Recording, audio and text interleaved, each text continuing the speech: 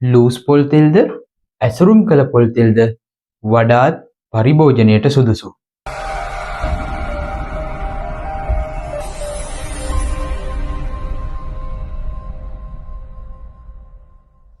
අපි කලින් වීඩියෝ එකේ කතා කළා වගේම වෙළඳපොලේ ලූස් පොල් තෙල් සහ ඇසුරුම් කළ පොල් තෙල් වෙන වෙනම පවතිනවා.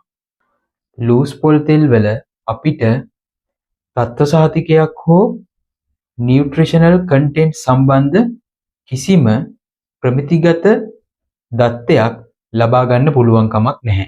නමුත් ඇසුරුම් කළ පොල් තෙල් වල අපිට එම දත්ත ලබා ගැනීමේ හැකියාවක් තියෙනවා. ඒ නිසාම මිලදී ගන්න කලින් අපිට බලන්න පුළුවන් එම පොල් තෙල් වල මොනවද අඩංගු වෙලා තියෙන්නේ කියලා. උදාහරණයක් විදිහට එම පොල් තෙල් තුල අඩංගු වෙලා තියෙන ෆැටි ඇසිඩ් වර්ග මොනවද කියලා ඒවායේ ප්‍රතිශත අණුව අපිට බලා ගන්න පුළුවන්කම තියෙනවා.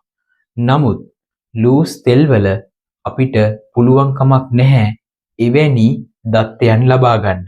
ඒ වාගේම තමයි තත්ත්ව සහතික ISO තත්ත්ව සහතිකයක්, GMP තත්ත්ව සහතිකයක්, HACCP තත්ත්ව සහතිකයක් එවැනි තත්ත්ව සහතික කිසිවක් ලූස් තෙල් වල අපිට දැක ගන්න පුළුවන් කමක් නැහැ.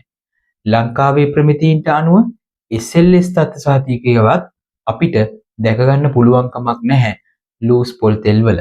නමුත් ඇසුරුම් කළ ලේබලයක් සහිත අපි දන්නා කියන යම්කිසි කම්පැනි එකකින් නිෂ්පාදනය කරන ලද පොල් තෙල් වර්ගයක් නම් අපිට එම ලේබලය තුල සියලුම දත්ත හඳුනා ගන්න පුළුවන්කම තියෙනවා. ඒ අනුව අපි පරිභෝජනය කරන එම තෙල් වර්ගය මොන වගේ තෙල් වර්ගයක්ද කියලා හරියටම අවබෝධ කරගන්න අපිට පුළුවන්. එම නිසා ලූස් පොල් තෙල් පරිභෝජනීය හැකිතාක් අඩු කර අපි හැම විටම තෝරාගත යුත්තේ ඇසුරුම් කළ පොල් තෙල් වර්ගයක්. එමෙන්ම සැලකිලිමත් විය යුතු තවත් කාරණාවක් තියෙනවා. ඒ තමයි එම ඇසුරුම් කළ පොල් තෙල් වර්ගය ඔබ වෙළඳපොලේදී හොඳින් පරීක්ෂා කර බලන්න. එහි නිෂ්පාදිත දිනයක්, කල්ලිකුත් වන දිනයක් පවතිනවාද කියන එක. එයත් අපි සැලකිය යුතු ලක්ෂණයක්මයි. නිෂ්පාදිත දිනයට වඩාත් ආසන්න පොල් තෙල් වර්ගයක් මිලදී ගැනීමත් ඉතා වැදගත්. ඒකට හේතුව තමයි එම පොල් තෙල් කාලයත් සමග රැන්සිඩිටි නැත්නම් මුඩු වීමට ලක් වෙන්න ඉඩකඩ තියෙනවා. ඒ නිසාම පොල් තෙල් වර්ගයක් තෝරා ගන්නා විට ඔබ වෙළඳපොලේදී බොහෝ විට සුපර් මාකට් එකේදී ඔබ තෝරාගත යුත්තේම ඇසුරුම් කළ පොල් තෙල් වර්ගයක්. වෙළඳපොලේදී ඔබට විවිධ සන්නාම යටතේ මෙම පොල් තෙල් වර්ග මිලදී ගන්න පුළුවන්.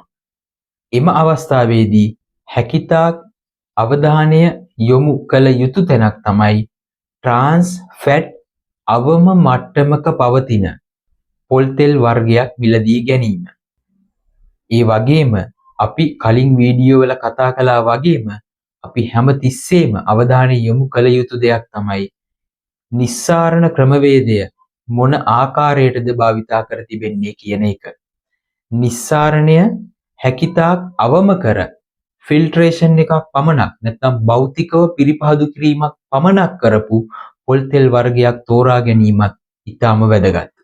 එවිට රසායනික ද්‍රව්‍ය අඩංගු කර නොමැති එහෙමත් නැත්නම් ඉතාම අඩු වශයෙන් රසායනික ද්‍රව්‍යයන් අඩංගු කළ පිරිපහදු කිරීමට ලක් කළ පොල් තෙල් වර්ගයක් භාවිතයට ගන්න පුළුවන්කම තියෙනවා. එහෙමනම් දැන් පැහැදිලි ඇති අපි පරිභෝජනය කරන පොල් තෙල් කොයිතරම් සුරක්ෂිත විය යුතුද කියන එක.